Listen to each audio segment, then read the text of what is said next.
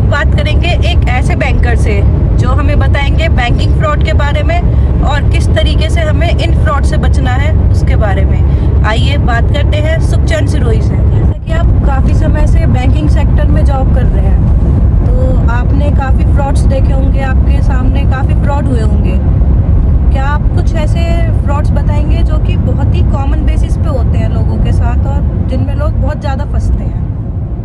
पिछले 9-10 साल से मैं बैंकिंग सेक्टर में कार्यरत हूँ। हाल फिलहाल में कुछ केसेस ऐसे आए, हमारे सामने भी आए हैं, जो केवाईसी से रिलेटेड फ्रॉड बहुत चल रहे हैं। अब जैसे आपके अकाउंट अगर किसी भी बैंक में है तो सबसे पहले आपको उनकी केवाईसी ध्यान में रखते हुए उन अकाउंटों को देखना है जो आपने 2 साल से 10 साल से या जीरो बैलेंस अकाउंट में ऑपरेट नहीं किया है।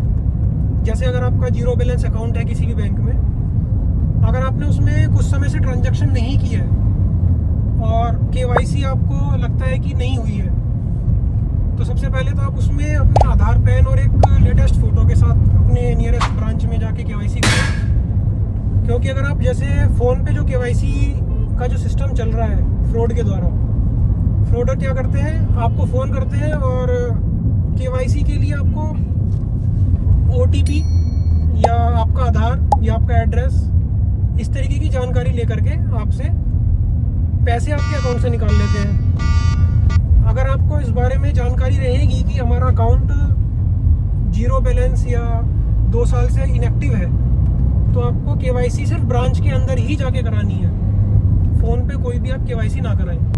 अभी जैसा कि आपने हमें बताया कुछ अकाउंट्स के बारे में, जैसे inactive account, zero balance account, तो एक तो मुझे ये बताइए केवाईसी कराने के लिए हमें कौन कौन से अकाउंट्स की केवाईसी के लिए बैंक की ब्रांच में जाना जरूरी है और ये किन किन अकाउंट्स के बारे में आप बात कर रहे हैं? सबसे पहले तो केवाईसी के लिए आपको आपके होम ब्रांच जाना जरूरी है। सलाह मैं सबको यही दूंगा कि आप कोई भी केवाईसी ऑनलाइन ना कराएं। अगर आपको लगता है कि आपके साथ फ्रॉड हो सकता है, सबसे बेस्ट तरीका है कि आप नियरेस्ट ब्रांच, अपनी होम ब्रांच जाएं, वहाँ अपनी केवाईसी कराएं। केवाईसी के लिए आपको जो जो OVDs अवेलेबल होने चाहिए आपको मेनली आधार, पैन और लेटेस्ट फ़ोटो से ही हो जाती है। अगर आपके पास ये इनमें से कोई भी एक चीज़ नहीं है तो आप इसमें आप अपना OVDs जो है, जो हमारे RBI सर्कुलर में भी हैं, आप अपना voter ID card, PAN card, Aadhaar card और पासपोर्ट, इनसे भी आप अपनी केवाईसी करा सकते हैं। दूसरा होता है हमारा डोरमेट अकाउंट और तीसरा होता है हमारा डीफ अकाउंट। डोरमेट में अगर आपने 2 साल से कोई ट्रांजैक्शन नहीं की है तो उस अकाउंट का स्टेटस डोरमेट हो जाता है, उसमें आपको रीकेवाईसी करानी जरूरी होती है। और 10 साल अगर आपको हो गए हैं कि आपका कोई अकाउंट या आपकी कोई FD या कोई भी डिपॉजिट आपका 10 साल से अधिक बैंक में है और आपने उसमें कोई भी ट्रांजैक्शन नहीं की है या FD रिन्यू नहीं कराई है, तो वो डीफ अकाउंट में पहुंच जाता है, जिससे कि वो पैसा RBI के पास चला जाता है। हालांकि वो आपको रिकवर हो सकता है, हो जाता है, और जिसमें आपको फिर रीकेवाईसी करानी होती है और बैंक के जरिए आप उस पैसे को RBI से मंगा सकते हैं। ये हमारे अकाउंट्स होते हैं जिसमें केवाईसी। तो बेसिकली आपने जैसा हमें बताया, तो इसमें हमें इस बात का ध्यान रखना है कि एक तो हमें टाइम टू टाइम ट्रांजैक्शन करते रहना है ताकि हमारा अकाउंट इनएक्टिव ना हो। दूसरा, अगर हमारे पास केवाईसी के लिए कोई भी फोन आता है तो हमें केवाईसी डायरेक्ट ब्रांच पे जाकर ही करवानी है। ऑनलाइन ना कराएं कोई भी केवाईसी। अगर आप ताकि किसी भी जाने फ्रॉड में से सक्षम है तो उससे अच्छी कोई बात नहीं है, आप ब्रांच जाकर ही केवाईसी करें ताकि हम किसी भी फ्रॉड से बचे। साइबर कैश ट्रांजैक्शन इसलिए जरूरी होती है क्योंकि हमारे जो अकाउंट्स हैं आजकल सब ट्रांसफर बेसिस पे चल रहे हैं।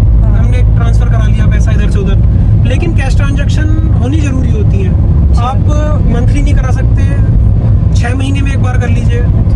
ब्रांच जाने से सही रहेगा आपके लिए, ताकि हमें स्टेटस पता चलता रहे हमारा, पता रहे और हमें ये भी रहे कि हमारा एक्टिविटी अकाउंट की क्या चल रही है। तो जैसा कि अभी आपने हमें केवाईसी से रिलेटेड फ्रॉड के बारे में बताया है, तो मैं ये जानना चाहती हूँ, इतना समय हो गया आपको बैंकिंग सेक्टर में, आपके सामने आई एम श्योर और भी बहुत सारे फ्रॉड्स आए होंगे, कुछ में आपने भी डीलिंग करी होगी फ्रॉड्स में, किस तरीके से आप उन फ्रॉड्स से निकले, तो उसके बारे में थोड़ी जानकारी दीजिए हमें। देखिए, एक लेटेस्ट केस के बारे में बात करते हैं। एक केस आया था जो मेरी नॉलेज में है। उस केस में क्या हुआ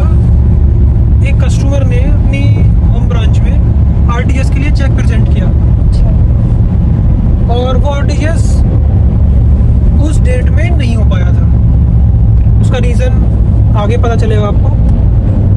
वो चेक वहाँ से डेस्क पे से गायब होता है ब्रांच के अंदर से,